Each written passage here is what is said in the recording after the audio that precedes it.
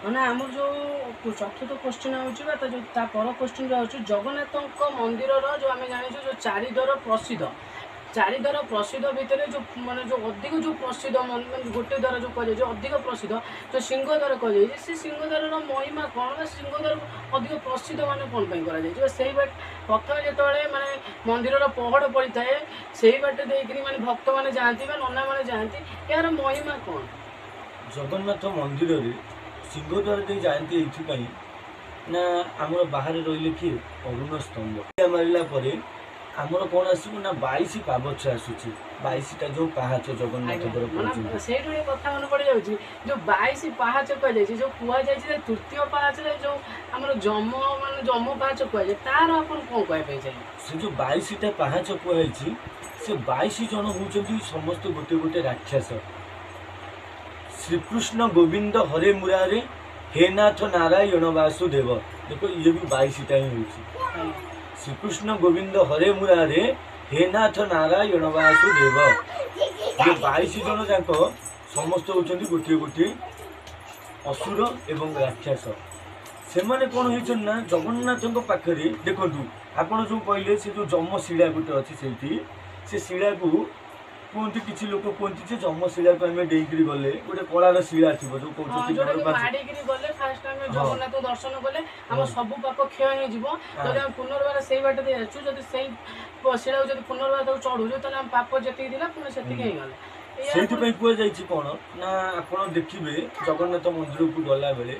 से जो 3 नंबर कौच पाँच से जो जमशिला पाखे रही बाँ पट को काशी विश्वनाथ काशी विश्वनाथ जो कौन रही ना से काशी विश्वनाथ जो भगवान शिव प्रार्थना कर माने जो आमर जो भगवान शिव से जो काशी विश्वनाथ रही बाँ पटे शिव काशी विश्वनाथ होती शिव विश्वनाथ ना शिव से जो रही बाँ पटे से भगवान को कौन सी जदि गुहारी कर भगवान शिव जदि नारायण को गुहारी कर प्रभु निराश्रयमाम जगदीश रक्ष माने भगवान शिव ब्रह्मा ये भी वंदापना करती क्या जगन्नाथ को ये भी वंदापना कर श्लोक मुझे चाहिए आम जो रहा नीलाद्रौ शंख मध्ये शतदल कमले रत्न सिंहासनस्थम सर्वालंकार युक्त नवघन रुचिरम संयुक्तम चाग्रजेन भद्राया वाम भागे रथचरण जुतम ब्रह्म रुद्रेन्द्र वंद्यम वेदानाम सारमीशम स्वजन परिभूतम ब्रह्मदारु स्मरामि नीलाद्रौ शंख मध्ये ना कौन ना गोटे नील सदृश शंख भितर शतदल कमले माने कौन हजार पाखुड़ा थी गोटे पद्म उपरे रत्न सिंहासनस्थ माने रत्न सिंहासन उपरे विराजमान करिसंती सर्व अलंकार युक्त म्हणजे समस्त प्रकार अलंकार को धारण करिसंती नवघन रुचिरम 9टा मेघ परी जार वर्ण कार माने भगवान 9 मेघ परी वर्ण नवघन रुचिरम जमिति 9टा मेघ ताको चारिपटे जमिति कौन माने आच्छादित घेरी रही कि आच्छादित रही संयुक्तम चाग्रजेन भद्राया वाम भागे भद्राया किए रही भद्र किए रही वाम भागे किए रही सुदर्शन जार भद्राया सुदर्शन जार वाम भागे रथ चरण जुतम जी थे बाहर माने रथ दरकार पड़े बिना जगन्नाथ बिना रथरे कौटी बाहर को बाहरती रथ दरकार पड़े रथ चरण जुतम ब्रह्म रुद्रेन्द्र वंद्यम जहाँ को ब्रह्मा आ रुद्र शिव जहाँ को सब बेले वंदापना करती ब्रह्मदार को नमस्कार करुच्ची कि स्मरण करुच्ची आमर कौन ना सेठी जिते आम जो कहवाक गले से जो काशी विश्वनाथ जिते से जो रही जदि काशी विश्वनाथ महाप्रभु शिव जिते से जगार जगन्नाथ को कौन माने वंदापना करें तो स्वयं कौन मानव से कहुई आम जिते जीवा चढ़ीक जीवा जिते फेरवा समय से कौन करती ना लोक सिंहद्वार दे पशंती 3 द्वार देकर प्रस्थान करती श्रेष्ठ दर्शन होची कौन ना जितेबाला आप जगन्नाथ पाखक जी सबुठ श्रेष्ठ दर्शन कौटा ना आपण गरुड़ खंब पछरे ठिया हे सेउटू जगन्नाथ अधा दिशुवे बलभद्र अधा दिशुवे सुभद्रा माता पूरा संपूर्ण दिशुवे सेउटू जो दर्शन टी से जो गरुड़ खंभ भितर जो गरुड़ खंभ पछरू जो दर्शन सबुठ श्रेष्ठ दर्शन होची सेटा। लोक मान तो साहाण मेला दर्शन भितर को जाती भल मंद करती किंतु आम केबे भी ता भितर को जीवा कथा नुह। जगन्नाथ महाप्रभुंकर श्रेष्ठ दर्शन गरुड़ खंभ पछरू कारण आम भितर को कहीं जीवानी आमर से कौन है जिते भगवान आदि शंकराचार्य आसिक पुरी में पहुँचले से जगन्नाथ महाप्रभु जगन्नाथ मंदिर ही नथिले कारण कहीं जगन्नाथ मंदिर को कांची रजा आक्रमण कर कला पहाड़ आक्रमण कर बहुत एमती जगन्नाथंकर मंदिर को लुटिवाई बहुत प्रकार षड्यंत्र होती पूर्व दिन मानक महाप्रभु को नहीं जीवे बोली कौन षड्यंत्र होती ये प्रकृत ब्रह्म ना प्रकृत ब्रह्म माने भगवान जगन्नाथ महाप्रभु प्रकृत ब्रह्म ये कलिजुगर जदि माने कौन प्रकृत देवता था से होती जगन्नाथ महाप्रभु आम भितर ब्रह्म अच्छी आउ ये जो आम तो देखुचे समस्ते कौन पूजा अर्चना करुचे पाषाण मूर्ति तादे जीवन्यास दिखाई किंतु जदि जगन्नाथ जो माने स्वयं परम ब्रह्म कहवा ताले सी होती जगन्नाथ महाप्रभु से आम कौन ना जिते आदि शंकराचार्य आसिले आदि शंकराचार्य जिते आसिले सी तो हिंदू धर्म प्रचारक थे देखिए एड़े बड़ मंदिर भगवान ना से 22 पाँच बसी जगन्नाथ को स्मरण करते कौन ना आमर कौन मुझे बस जगन्नाथ को स्मरण करें जगन्नाथ महाप्रभु प्रकृत एठिकार भगवान किए एड़े बड़ सिंहासन अच्छी सब साइड एत प्रकार ठाकुर अच्छा किंतु प्रकृत देवता एठिकार किए सेटा को जानापी चाहते सी दिव्य ज्ञान बल जापारी कि ना सोनपुर आम जो बलांगीर जो सोनपुर से जगन्नाथ महाप्रभु पाताली होती से सब कौन कला से जगन्नाथ महाप्रभु को उद्धार कर पुणी स्वयं ये जो आसब कौन ना बैशाख शुक्ल पंचमी तिथि शुक्ल पक्ष आसूची अल्प दिन रहा से शुक्ल पक्ष पंचमी तिथि रे जगन्नाथ महाप्रभु को भगवान आदि शंकराचार्य माने पुनः प्रतिष्ठा कौन ब्रह्मा तो जगन्नाथ को आसी प्रतिष्ठा कर जाइथिले जदि आम बर्तमान कहवा जहाँ शास्त्र कहूँ जहाँ मादला पांजी कहूँ किंतु जगन्नाथ को पुनः प्रतिष्ठा भगवान आदि शंकराचार्य ये बैशाख मास शुक्ल पक्ष पंचमी तिथि रे पुनः प्रतिष्ठा कर जगन्नाथ मंदिर रे सेठू जितेबाला है जगन्नाथंकर वर्तमान जो दैनंदिन नीति नीति परंपरा जहाँ सब चली आपको जगन्नाथ महाप्रभुंर समस्त प्रकार नीति नीति परंपरा को आदि शंकराचार्य भगवान ही कौन यहाँ को करते यहाँ कौन सी ना आदि शंकराचार्य भोग मंडप जो भोग लगी नियम आदि शंकराचार्य करते एवं जो महाप्रसाद होची महाप्रसाद तो कौ 200 300 500 लोकों होनी से कौन ना कथार कहती माने सबुठू विश्वर सबुठू बड़ होटेल होची जगन्नाथ महाप्रभुंर आनंद बजार माने आम कहवा जदि जो आनंद बजार कहीं ना से कौन लिमिट न थाए आम तो घरे 5 जनों रोसे करछे कि कौटी भोजी भात 300 लोकों रोसे करछे महाप्रसाद रोसे हुए जो हांडी जो थुआई आसते से ऊपर गुआरे ही तळु तळे आसे कहीं ना देख से महा माने साक्षात लक्ष्मी ठाकुराणी जोठी रोसे करती सेठी कौन हुए ना खाली सेटा नुह जगन्नाथ मंदिर जो रोष हुए आम तो घरे आगे पनीपरिया को सिझौचे सिझे साझे तापर मसला हेका दे छुंक करछे जगन्नाथ महाप्रभु पाखे से जिन हुए ना जहाँ पड़ो सब एका सागर पड़ो लुण हलदी जहाँ पकेबा कथा सब एका सागर पड़ो से कौन हो ना थाक थाक थाक थाक ही थुआ हो गला जोटा ऊपर थी सभा ऊपर थी से आगे कौन से आगे हो तापर तलू तलू जो जो आश्चर्य कौन पाई ना जगन्नाथ महाप्रभु जो पूजा पंडा माने चलू करती से चलू भी महाप्रभु स्वयं आसती ये जदि गोटे आश्चर्य सी कहीं आश्चर्य न हो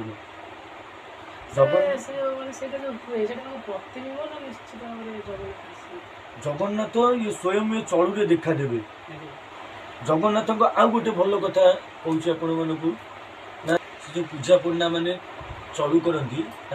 चलू स्वयं जगन्नाथ ପ୍ରତିବିମ୍ବ ଜଗନ୍ନାଥଙ୍କର ପ୍ରତିବିମ୍ବ ଚଳୁରେ ଆସିବ ତା ଦେହରେ ତା ମାନେ ଜାଣିବ ଯେ ଏ ପ୍ରସାଦ ଠିକ୍ ଅଛି ଆଉ ଏ ପ୍ରସାଦ ଲାଗି ହେବା ପାଇଁ ଯୋଗ୍ୟ। ଯଦି କୌଣସି ପ୍ରସାଦରେ କୌଣସି ବିଘ୍ନ ଥାଏ ତାହେଲେ ମହାପ୍ରଭୁ ଆସିବେ ନାହିଁ,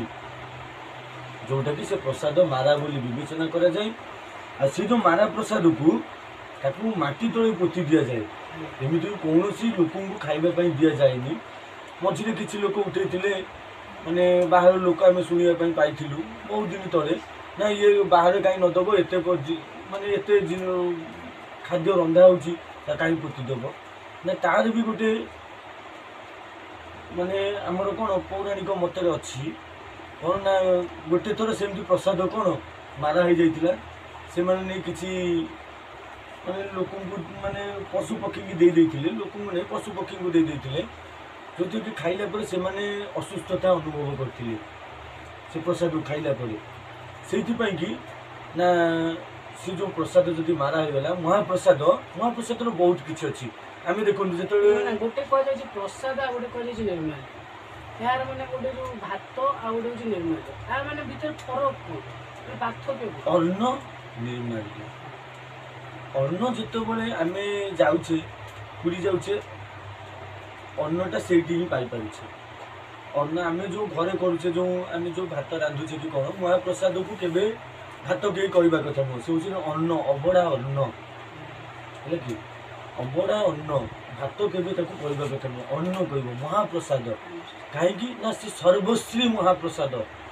ମହାପ୍ରସାଦ ଯେଉଁ ଅବଢ଼ାଟା ଆମର ତାକୁ ତ ଆମେ କ'ଣ ସେଇଠି ପାଇପାରିଲେ। ଆମେ ଯଦି ସେଇବାକୁ ପୁରୀରୁ ନେଇକରି ଆସିବା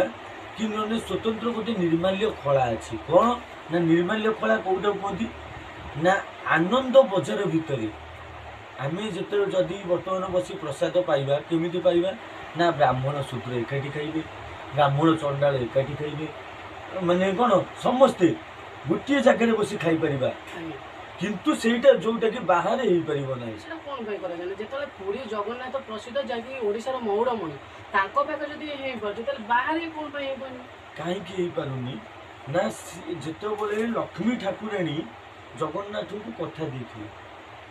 ସେ ତ ବିଦା କରି ଲକ୍ଷ୍ମୀ ପୁରାଣ ଆପଣମାନେ ଶୁଣିଥିବେ, ଯେତେବେଳେ ଜଗନ୍ନାଥ ସେଠି କେତେଟା ତାଙ୍କୁ କ'ଣ ମହାଲକ୍ଷ୍ମୀ ମାତା ଜଗନ୍ନାଥଙ୍କୁ କେତେଟା ପ୍ରତିଶ୍ରୁତି ମାଗିଥିଲେ, ମୋତେ ଏଇସବୁ ପ୍ରତିଶ୍ରୁତି ଦେଲେ ମୁଁ ଯାଇକି ତମ ସାଙ୍ଗରେ ଯିବି, ନହେଲେ ଯିବିନି। ସେ ପ୍ରତିଶ୍ରୁତି ତାଙ୍କର କ'ଣ ଥିଲା ନା ଆପଣଙ୍କ ପାଖରେ ବ୍ରାହ୍ମଣ କ୍ଷତ୍ରିୟ ପାଣ ପଠାଣ ମାନେ କ'ଣ କେହି ଜାତି ଅଜାତି ରହିବନି, ସମସ୍ତେ ସମାନ ହେଉଥିବେ। ଆଉ ଆପଣଙ୍କର ପ୍ରସାଦ ସମସ୍ତେ ଖାଇକିରି ମୁଣ୍ଡରେ ମାରୁଥିବେ, କେହି କୁଳି କରୁନଥିବେ। ତାହେଲେ ଯଦି ଏ ଜିନିଷ ଯଦି ହବ ତାହେଲେ ମୁଁ କ'ଣ ସାଙ୍ଗରେ ଯିବି। ସେଇଥିପାଇଁ କ'ଣ ନା ସେ ଯେଉଁ ପ୍ରସାଦକୁ ମହାପ୍ରସାଦକୁ ସେଇଠି ବସି ଯଦି ଆମେ ଖାଇବା ଆନନ୍ଦ ବଜାରରେ, ତାହେଲେ କ'ଣ ନା ବ୍ରାହ୍ମଣ ସାଙ୍ଗରେ ଚଣ୍ଡାଳ, ବ୍ରାହ୍ମଣ ସାଙ୍ଗରେ କ'ଣ ଆମର ଯେଉଁ ରହିଲେ ଅନ୍ୟ ଜାତି ହିନ୍ଦୁ ମୁସଲିମ କି ଜୈନ ଖ୍ରୀଷ୍ଟିଆନ ଯାହା ରହିଲେ, ସେମାନେ ସମସ୍ତେ ଆମେ ସେଠି ଏକାଠି ବସି ଖାଇପାରିବା, ଯେଉଁଟାକି ବାହାରେ ସେଇଟା ନୁହଁ। ତା ମାନେ ନୁହଁ ଯେ ଆମେ ପୁରୀରୁ ଆଣିବା ଏଠି ଆସି ଗାଁରେ ଆଣି ବସି ସମସ୍ତେ ଏକାଠି ଖାଇବା, ସେଇଟା ନାହିଁ। ସେଇ ଶ୍ରୀକ୍ଷେତ୍ର ପାଇଁ ହେଇଥିଲା। ପୁରୀର ମୁଁ ତ ଠିକ୍ ସେ ମନେ ପଡ଼ୁନି କେତେ କୋଷ ପର୍ଯ୍ୟନ୍ତ ଯମ ବି ସେ ଜାଗାକୁ ଯାଆନ୍ତିନି, ମହାପ୍ରଭୁଙ୍କ ମାନେ ସେ ପାଖ ମାନେ ସେ ଯେଉଁ ଏରିଆ ପର୍ଯ୍ୟନ୍ତ ବି ଯମ ବି କ'ଣ ଯିବା ପାଇଁ ଡରନ୍ତି। ସେଇଥିପାଇଁ ସେ ହେଉଛି ଶଙ୍ଖକ୍ଷେତ୍ର, ସେ ହେଉଛି ଶ୍ରୀକ୍ଷେତ୍ର, ସେ ହେଉଛି ଶ୍ରୀ ମହାପ୍ରସାଦ। ଆଉ ତାଙ୍କର ସବୁ ଜଗନ୍ନାଥଙ୍କର ସବୁ ଜିନିଷ ହେଉଛି କ'ଣ ବଡ଼। ବଡ଼ ଭାଇ ହେଉଛନ୍ତି ବଡ଼ ଭାଇ ହେଉଛନ୍ତି ବଳଭଦ୍ର। ଆମର ଗୋଟେ ପ୍ରଶ୍ନ ହେଉଛି, ଯେହେତୁ ବଡ଼ ଭାଇ ନାଁରେ ସେମାନେ ବଡ଼ ଭାଇ ତାଙ୍କର ଅଛି, କିନ୍ତୁ କାଳିଆ ହେଉଛି ତାଙ୍କର ସାନ ଭାଇ, କିନ୍ତୁ କାଳିଆ ନାଁରେ ସବୁଆଡ଼େ ପରିଚିତ କ'ଣ ପାଇଁ ହେଉଛି ଜଗନ୍ନାଥ ବା ପୁରୀ କ୍ଷେତ୍ର, ମାନେ କ'ଣ ମାନେ ଆଜି ବଡ଼ ଭାଇ ହେଉଛନ୍ତି ବଳଭଦ୍ର। ବଳଭଦ୍ର କ'ଣ ନା ସେ ହେଉଛନ୍ତି ସାକ୍ଷାତ ଶିବ ସ୍ୱରୂପ। ବଳଭଦ୍ର ସାକ୍ଷାତ ଶିବ ବୋଲି ତାକୁ ମନାଯାଏ, କିନ୍ତୁ ସାକ୍ଷାତ ଶିବ ହେଉଛନ୍ତି ବଳଭଦ୍ର। ଶିବ କ'ଣ ସବୁବେଳେ ମାନେ କ'ଣ ତପସ୍ୟାରେ, ସେମିତି ବଳଭଦ୍ର ବି ସବୁବେଳେ ତପସ୍ୟାରେ ଥାଆନ୍ତି। ତପସ୍ୟାରେ ଥିବା ଭିତରେ ଜଗନ୍ନାଥ ହେଉଛନ୍ତି ଟିକେ ହଟିଆ ଠାକୁର। ହଟିଆ ଠାକୁର କ'ଣ, ତାଙ୍କୁ ଧର ତମେ ଚାଲି ଚାଲି ଯାଉଛ, ସେ ଟିକେ ତମକୁ ଆଉ ଟିକେ ଚଲେଇବେ, ତମେ କହୁଥିବ ନା ଗାଡି ଆସୁଛି ବୋଲି ସେ ଗାଡିଟି ରହିବନି, ଦେଖିବ ସେ ପଳେଇଯିବ। ଇଏ ଆଉ ଟିକେ କଣ ଚାଲୁ, ତେବେ ସମସ୍ତେ ପଳେଇ ଯିବେନି ରଥରେ, କିନ୍ତୁ ଜଗନ୍ନାଥ ପଛୁଆ ସବୁବେଳେ ଥିବେ। ହଁ, ଯେ କି କୁହାଯାଇଛି ବଡ ଭାଇ ଆଗେ ଯିବ, ସାନ ଭଉଣୀ ମଝିରେ ଯିବ, ସାନ ଭାଇ ଯୋଉ କାଳିଆ ଗହଳି ଲଗେଇ ଚହଳି ଲଗେଇ ଶେଷରେ ଯିବେ। କାହିଁକି ନା ଦେଖ, ଆମର ଜଗନ୍ନାଥଙ୍କର ମାନେ ତାଙ୍କର ସ୍ୱରୂପ ଏମିତି, ତାଙ୍କର ଯୋଉ ଦିଟା ଆଖି ସୂର୍ଯ୍ୟ ଆଉ ଗୋଟେ ହଉଛନ୍ତି ଚନ୍ଦ୍ର, ଦୁଇଟା ଆଖି କଣ, ଗୋଟିଏ ଆଖି ସୂର୍ଯ୍ୟ, ଗୋଟେ ହଉଛନ୍ତି ଚନ୍ଦ୍ର। ବାୟୁ, ଯମ, ଅଗ୍ନି, ବରୁଣ, ଶଶାଙ୍କ, ପ୍ରଜାପତି, ବ୍ରହ୍ମା ସମସ୍ତେ ମାନେ କଣ ଜଗନ୍ନାଥଙ୍କ ଦେହରେ ଯେତେବେଳେ ଯୋଉ ମାନେ ଯୋଉ ବିଶ୍ୱରୂପ ଦେଖେଇଥିଲେ, ସେଇ ବିଶ୍ୱରୂପରେ ମାନେ ସାରା ବ୍ରହ୍ମାଣ୍ଡ ଭଗବାନ ମାନେ ସ୍ୱୟଂ ନାରାୟଣ ବୋଲି ସେଇ ବିଶ୍ୱରୂପରେ ସମସ୍ତେ ଜାଣି ଯାଇଥିଲେ ଯେ ମାନେ ସେ ଦେଖିଲେ କୋଉଠି ମାନେ ସେ ବିଶ୍ୱରୂପରେ ଋଷି ମାନେ ତପସ୍ୟା କରୁଛନ୍ତି, କୋଉଠି ବ୍ରାହ୍ମଣ ମାନେ କଣ ଯଜ୍ଞ କରୁଛନ୍ତି, କୋଉଠି ପକ୍ଷୀ ମାନେ କଣ କରୁଛନ୍ତି କୋଳାହଳ କରୁଛନ୍ତି,